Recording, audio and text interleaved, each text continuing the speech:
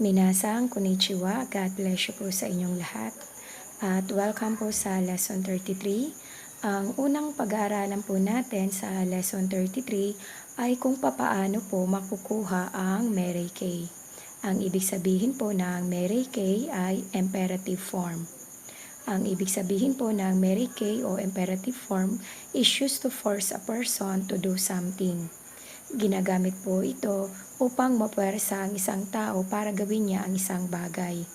Ang Mary Kay po or imperative form, ito po ay strong command. Kaya po, mag-iingat po tayo kung paano po natin gagamitin ang Mary Kay, kung kanino at sa anong pagkakataon. Unahin po natin ang group 1. Kapag ang verb po natin ay group 1, ang gagawin lang po natin, tatanggalin po natin yung mas or yung formula. Pagkatapos po, yung E-line ay papalitan natin ng E-line. Example po tayo, ikimas, ibig sabihin to go. Una po, tatanggalin yung mas, tapos yung ki, papalitan natin ng E-line, magiging ke. Kunin po muna natin yung I. Pagkatapos, yung ki ay magiging ke, naging ike, ike. Ibig sabihin ng ike ay pumunta ka. Meron po tayong naaral na pang-utos sa mga naunang lesson po natin, yung te form. Ang ikimas po, ang te form niya ay ite. Tapos nilalagyan natin ng kudasay para maging magalang. Ite kudasay. Kaya lang po ito po ay napaka-soft na pang-utos. Ito po ay strong. Ang next po natin ay numimas. Ang ibig sabihin po ng numimas ay to drink. Tatanggalin po natin yung mas, tapos yung E-line, papalitan po natin ng E-line. Isulat po muna natin yung no, tapos yung mi, magiging me. Naging nome, nome. Ibig sabihin, uminom ka, nome, uminom ka. Next po natin ay suwarimas. Tatanggalin uli natin yung mas at yung E-line, papalitan natin ng E-line. Kunin po natin yung suwa. Pagkatapos, yung ri, magiging re. Naging suware, suware. Ibig sabihin, umupo ka. Kapag po ang verb naman natin ay nanggaling sa dictionary form at walang formula, yung U-line ay papalitan lang po ng E-line. Example po tayo, iyo, iyo. Ibig sabihin ay to say. Itong U, papalitan po natin ng E-line. Kunin po natin yung I. Ang E-line ng U ay E. Naging iye, iye. Ibig sabihin, sabihin mo. Next po, hanasu. Hanasu, ibig sabihin to speak. Yung su, papalitan po natin ito ng E-line. Kunin po natin yung hana. Yung su, ang E-line niya ay se. Naging hanase, hanase. Ibig sabihin, magsalita ka. Group 2 na po tayo. Kapag ang verb po natin ay group 2, ang gagawin lang po natin para makuha natin ang Mary Kay, tatanggalin natin yung mas, yung ating formula. At pagkatapos po, maglalagay tayo ng ro. Example po tayo, sagemas. Sagemas, ibig sabihin to lower. Ang sagemas po, marami po itong ibig sabihin. To lower na lamang po ang aking inilagay. Ang gagawin po natin, tatanggalin po natin yung mas. Kunin po natin yung sage. Pagkatapos po, maglalagay tayo ng ro. Naging sagero, sagero. Ibig sabihin, ibaba mo. Next po natin ay urimas. Urimas, ibig sabihin, to get off. Tatanggalin natin yung mas. Kunin po natin yung ori. Pagkatapos, maglalagay din po tayo ng ro. Naging uriro, uriro. Ibig sabihin, bumaba ka. Kapag po ang verb natin ay nanggaling po sa dictionary form, ang gagawin lang po natin, ang ru ay papalitan po ng ro. Example po tayo, neru, neru. Ibig sabihin, to sleep. Tatanggalin natin ang ru, kunin po natin yung ne. Pagkatapos po, ang kapalit ng ru ay ro, naging nero, nero. Ibig sabihin, matulog ka. Next po natin ay taberu, to eat. Tatanggalin natin yung ru, kunin po natin yung tabe. Pagkatapos po, ang kapalit ng ru ay ro, naging tabero, tabero. Ibig sabihin, kumain ka. Group 3 na po tayo. Pagdating po rito sa group 3, ina-advise ko po na pakisaulo na lamang po ito. Ang dictionary form po natin ay suru. Ang mass form ay shimas. Ang suru at shimas ay magiging shiro, shiro. Ibig sabihin, gawin mo. Lagyan po natin ng noun. Halimbawa po, benkyo. Benkyo suru, benkyo shimas, magiging benkyo shiro. Benkyo shiro. Ibig sabihin, mag-aral ka. Yung isa pa po natin group 3, ang dictionary form po niya ay kuru. Kuru. Ang mass form niya ay kimas. Si kuru at kimas magiging koy. Koy. Ibig sabihin, come. Sa Tagalog, halika. Ang next po natin ay kinshi kei. Kinshi kei.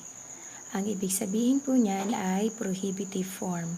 Kapag narinig nyo po ang salitang kinshi, ibig sabihin po nito ay bawal or huwag.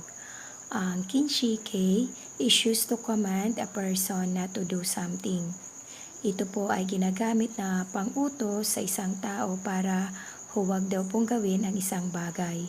Ito rin po ay strong command. Strong command na huwag nyo pong gagawin ang isang bagay. Unahin po natin ang group 1. Para po makuha natin ang kinshi kei, kukunin po natin ang dictionary form. Pagkatapos po, mag-a-add na lang po tayo sa dulo.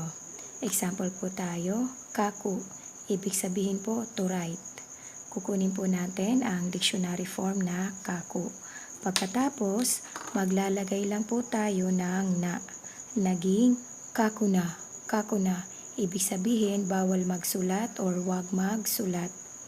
Kapag po nanggaling ang verb natin sa mass form, ang gagawin lang po natin, tatanggalin natin yung mass at yung e-line, papalitan lang po natin ng u-line, naging kaku. Tapos mag-a-add na lang po tayo. Tatandaan po natin, kapag ang dictionary form po ay nagkaroon ng nasa dulo, ibig sabihin po nito, bawal natin gawin yung verb. Katulad po nito, kakuna. Ibig sabihin, bawal magsulat or wag magsulat. Dahil po kasi ang dictionary form, ito po ay present positive. Baka po malito tayo na gagawin natin ang verb. Tatandaan lang po natin, kapag nagkaroon ng na ang dictionary form, ibig sabihin po nito ay kinshi or bawal. Meron na po tayo sa naunang lesson na pang-utos na huwag po natin gagawin ang isang bagay. Ito po yung pattern ng naide kudasai. Kunin po natin yung to write, ilagay po natin sa pattern na ito, papalitan po natin ito ng nai form. Ang kaku magiging kakanay. Kaka. Naging kakanay de kodasai. Ibig sabihin nito, please wag magsulat. Ito po ay soft na pang-utos. Ito po ay strong command. Example pa po tayo para sa group 1. Kairu. Kairu. Ibig sabihin to go home. Kapag naman po ang verb nyo ay nanggaling naman sa mass form, yung e-line, papalitan mo lang po ito ng u-line. Naging kairu. Kunin po natin yung dictionary form na kairu. Pagkatapos, maglalagay po tayo ng na sa dulo. Naging kairu na. Kairu na. Ibig sabihin, bawal umuwi or wag uuwi. Group 2 na po tayo. Ang group 2 din po natin ay dictionary form plus na. Example po tayo, taberu. ibig sabihin to eat. Kapag manggagaling po ang verb nyo sa mas form, ang gagawin nyo lang po, tatanggalin ang mas, magpa-plus ru lamang po kayo. Kunin po natin yung ating dictionary form na taberu. Pagkatapos, maglalagay ulit tayo ng na. Naging taberu na. Taberu na. Ibig sabihin, bawal kumain or wag kakain. Next example po natin para sa group 2 ay miru. Miru, to watch. Kapag manggagaling ulit sa mas form, tanggal mas lang plus ru. Kunin po natin yung miru. Tapos magdadagdag po tayo ng na. Naging miru na. Miru na. Ibig sabihin, bawal manood or wag manunood. Ang miru po, ito po ay marami pang ibig sabihin. To watch lamang po ang aking isinulat. Example pa po tayo para sa group 2. Akirameru. Akirameru. Kapag ang verb mo naman ay nanggaling po sa mas form, tatanggalin nyo lang po yung mas at papalitan ito ng ru. Ang ibig sabihin po ng akirameru o kaya akiramimas ay to give up. Kunin po natin ang dictionary form po natin na akirameru. Pagkatapos, ilagyan po natin siya ng na. Naging akirameru na. Akirameru na. Ibig sabihin, bawal sumuko or wag susuko. Group 3 na po tayo. Ang group 3 din po ay dictionary form plus na. Ang dictionary form po natin dito ay suru. Ang pinaka-mas form po ng suru ay shimas. Tatandaan po natin ang dictionary form din po ng shimas ay suru. Kunin po natin ang suru. Pagkatapos, maglalagay po tayo ng na. Naging suru na. Suru na. Ibig sabihin, bawal gawin or wag gawin. Halimbawa po, renshu suru na. Ibig sabihin, bawal mag-practice or wag mag-practice. Ang next verb po natin, ang dictionary form po niya ay kuru. Ang mas form naman niya ay kimas. Tatandaan din po natin ang dictionary form ng kimas na tukam ay kuru. Kunin po natin ang kuru. Tapos maglagay po tayo ng na. Ibig sabihin, kuru na. Kuru na. Don't come. Number 1 na po tayo. Ang imperative at ang prohibitive forms, ito po ay ginagamit lamang ng mga lalaki. Hindi po ito ginagamit ng mga babae kasi po kapag ang babae ang gumamit nito, kakaiba po yung nagiging dating. Minsan po nagagamit po ito ng mga babae. At ito po ay tatalakayin po natin dito para alam po natin kung saan sitwasyon lamang nila nagagamit ito. Dumako na po tayo kung paano po natin gagamitin ang imperative at ang prohibitive forms. Una po, by a man senior in status or age to a person junior to him, or by a father to his child. Ginagamit po ito ng mga nakakatanda sa posisyon o yung mas matataas po ang posisyon kaysa sa atin. At yung pong mas nakakatanda sa edad sa atin, ginagamit din po ito sa kanilang mga junior. At ginagamit din po ito ng ama sa kanilang mga anak. Example po tayo. Moto benkyou shite kudasai. Please mag-aral pa.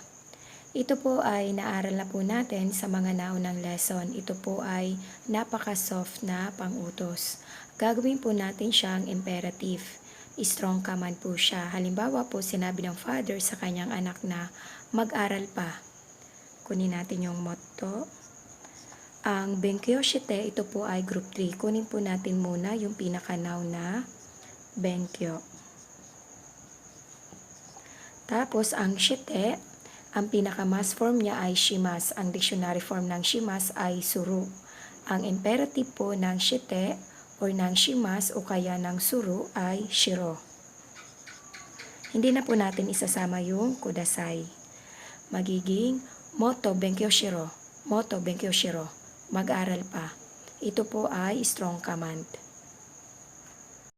Ang next example po natin ay Hayako nete kudasai. Please maaga kang matulog or please maagang matulog. Halimbawa po, sinabi ng father sa kanyang anak na maaga kang matulog.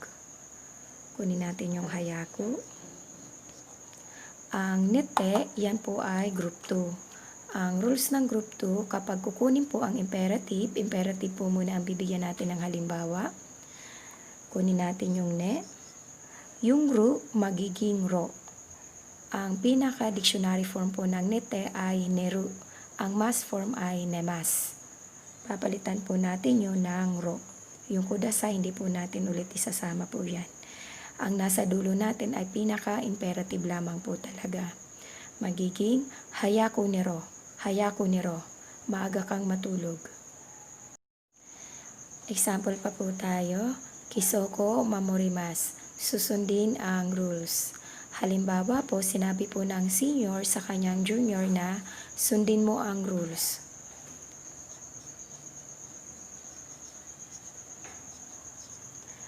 Ang mamorimas po, ito po ay group 1. Kukunin po natin muna yung mamo. Yung ri, papalitan po ito ng e-line. Ang e-line po ng ri ay re. Naging mamure. Kisoko mamure. Kisoko mamure. Sundin mo ang rules. Ang susunod po nating example ay para naman po sa prohibitive forms. Gako yasumanay de kodasai. Please wag kang umabsent sa school or wag absent sa school. Ito po ay napag-aralan na po natin ito. Ito po ay pang-utos na wag mo pong gagawin ng isang bagay pero napaka-soft po ito na pang-utos. Tapos ito naman po ay strong command. Halimbawa, sinabi ng ama sa kanyang anak na huwag kang lumiban sa eskwelahan or huwag kang absent sa eskwelahan.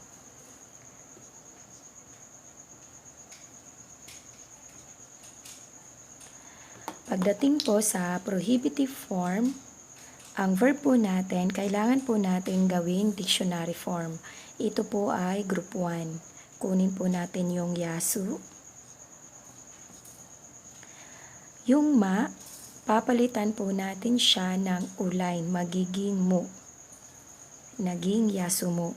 Para maging prohibitive form siya, lalagyan lang po natin siya ng na. Ibig sabihin bawal na or hindi. Or wag. Gako yasu mo na. Gako yasu mo na. Wag kang lumiban sa eskwelahan. Ang next example po natin ay okorenai de kudasai. Please wag malate. Halimbawa po, sinabi ng senior sa atin na bawal malate. Ang okorenai, ito po ay group 2. Kunin po natin yung okure. Group 2 po ito kasi naka-e-line. Para po makuha ang prohibitive form, gagawin po natin itong dictionary form. Magpa-plus rule lamang po tayo kasi group 2 po siya. Tapos mag-a-add na po tayo. Naging okorero na. Okorero na. Bawal malate or wag malate. Ang next example po natin ay koko ni gomiyo sotemasen. Hindi magtatapo ng basura dito. Halimbawa po, sinabi po ng mas matanda sa atin na bawal magtapo ng basura dito.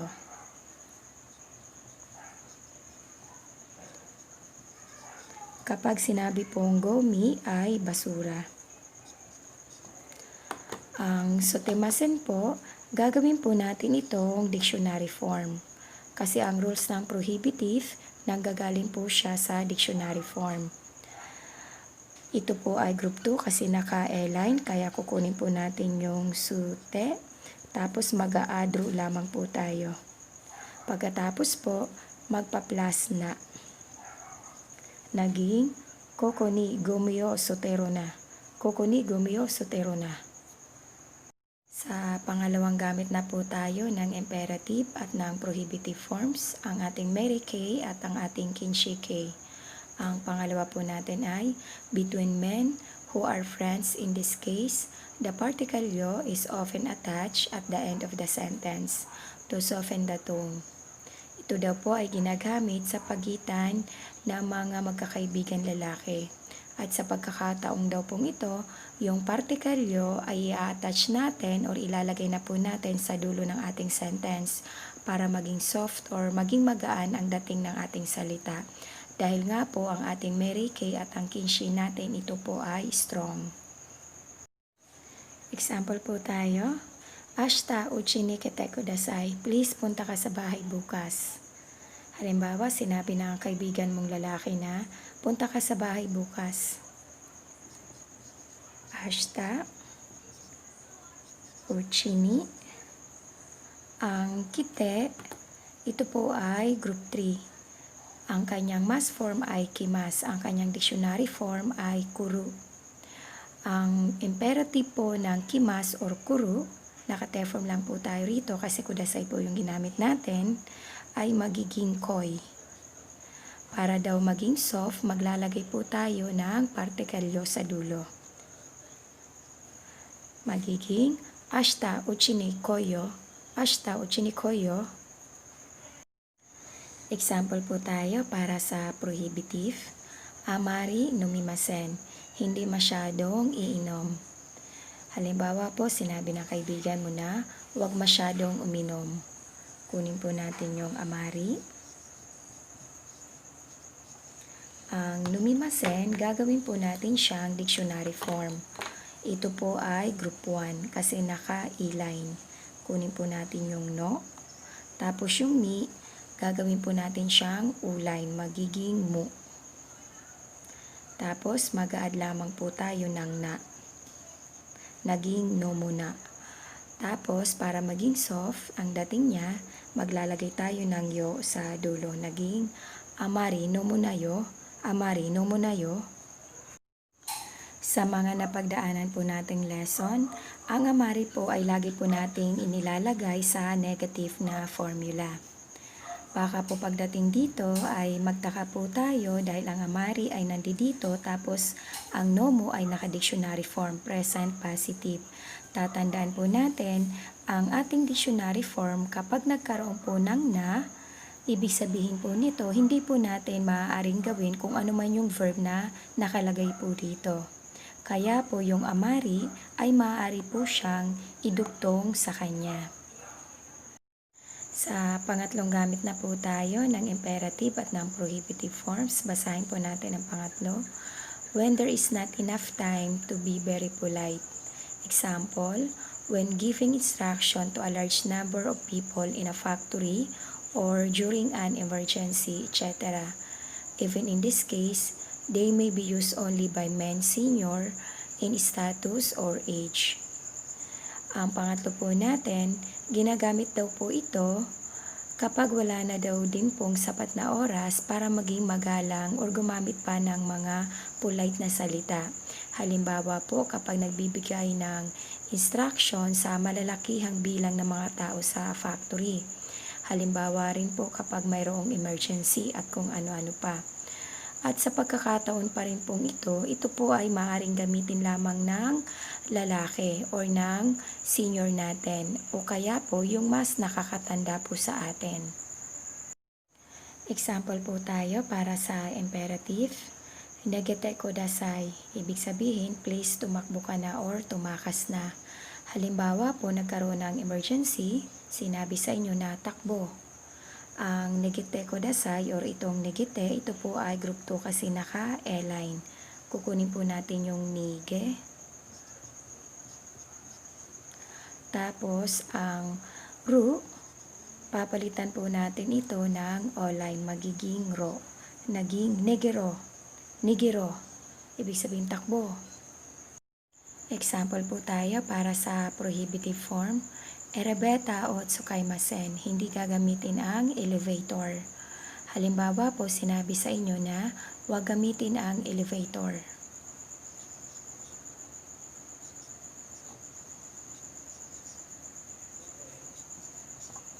Ang tsukaimasen, gagawin po natin itong dictionary form.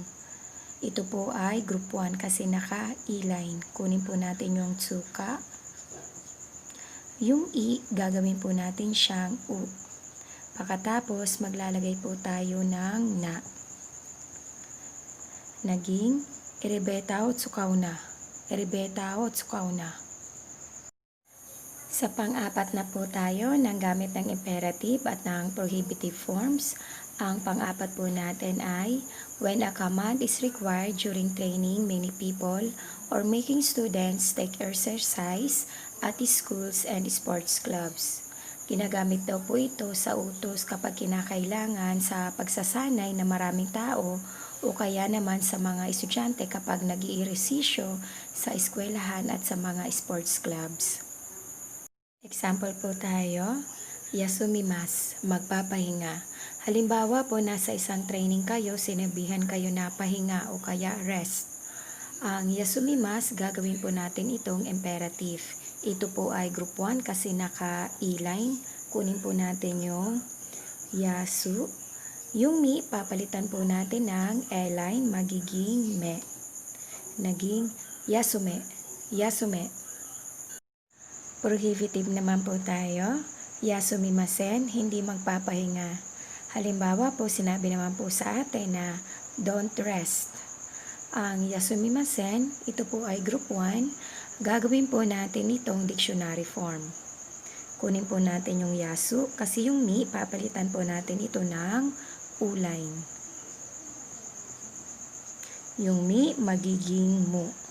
Tapos, maglalagay po tayo ng na. Naging yasumuna, yasumuna, don't rest. Next po tayo sa paggamit po ng imperative at ng prohibitive forms.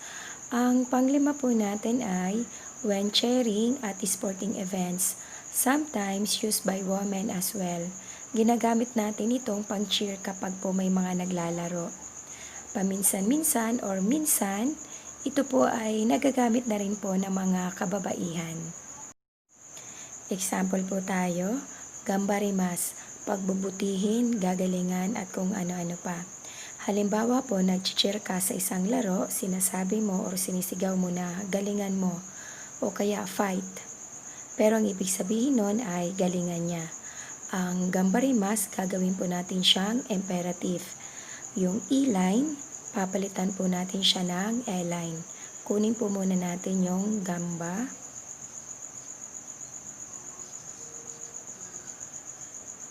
Yung ri, magiging re. Naging gambare, gambare.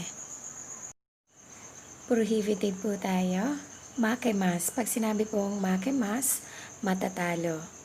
Halimbawa po, nag-share tayo na sinabi natin na don't lose or wag patalo.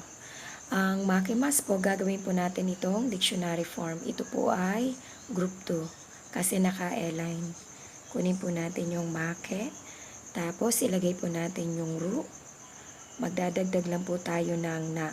Naging makeruna, makeruna, don't lose.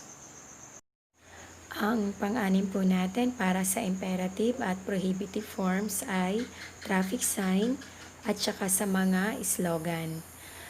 Ang example po natin para sa imperative ay tomare, tomare. Ibig sabihin, stop. Ito po ay madalas nyo makikita sa mga kalsada o kaya sa mga daan. Ang tomare, nanggaling po siya sa salitang tomarimas. Yung e-line, pinalitan po natin ng e-line, kaya naging tomare.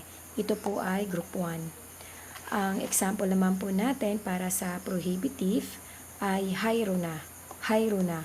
Ibig sabihin, don't enter or bawal pumasok. Ang hairuna, nanggaling po siya sa hairimas. Ito po ay group 1. Ginawa po nating dictionary form. Yung e-line, pinalitan po natin ng u-line, kaya naging hairu. Tapos, nag-plus na po lamang tayo. Ang imperative at ang prohibitive forms, ito po ay ginagamit din ng hindi magaganda yung loob. Halimbawa po, okane o dashimas, ilalabas ang pera.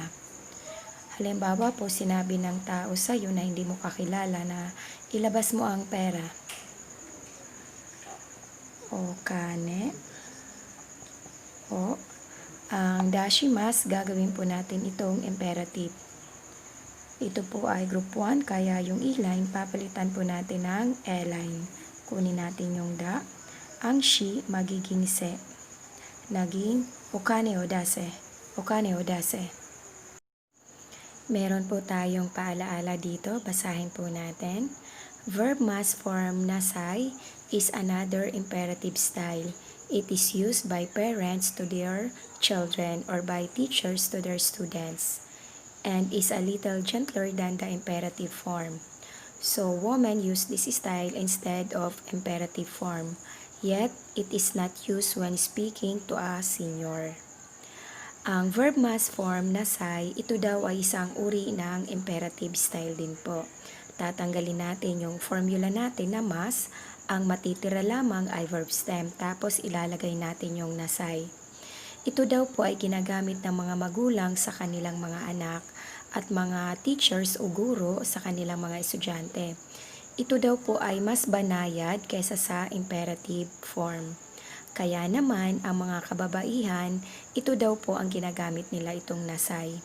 Pero po, gayunpaman, ito po ay hindi po maaaring gamitin sa mga senior or mas nakakatanda or mas mataas ang position kaysa sa atin.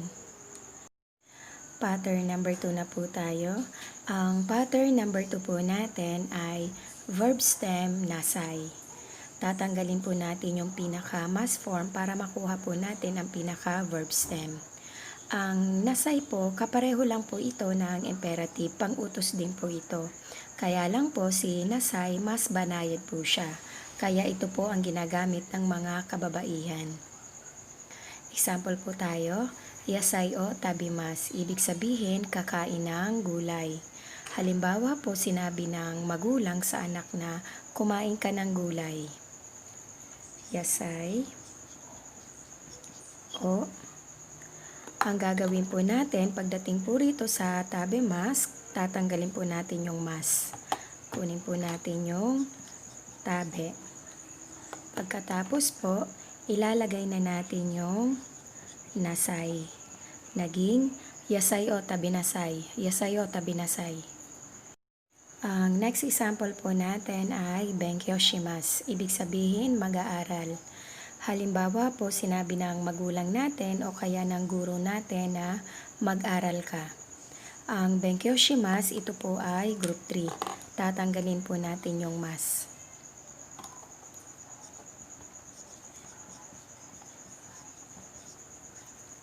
Pagkatapos po, ilalagay na po natin yung nasay. Naging benkyo shinasai. Benkyo shinasai. Ang next example po natin ay kono mondai o kaiketsu shimasu. Isosolve itong problem. Kapag sinabi pong kaiketsu, isosolve or solution at kung ano-ano pa. Halimbawa po, sinabi ni teacher na solve this problem.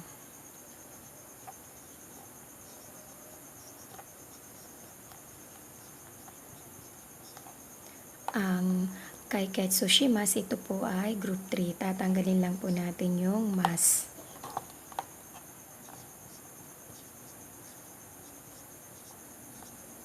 Pagkatapos po, ilalagay na po natin yung nasay. Kono mondai o kaiketsu shinasai.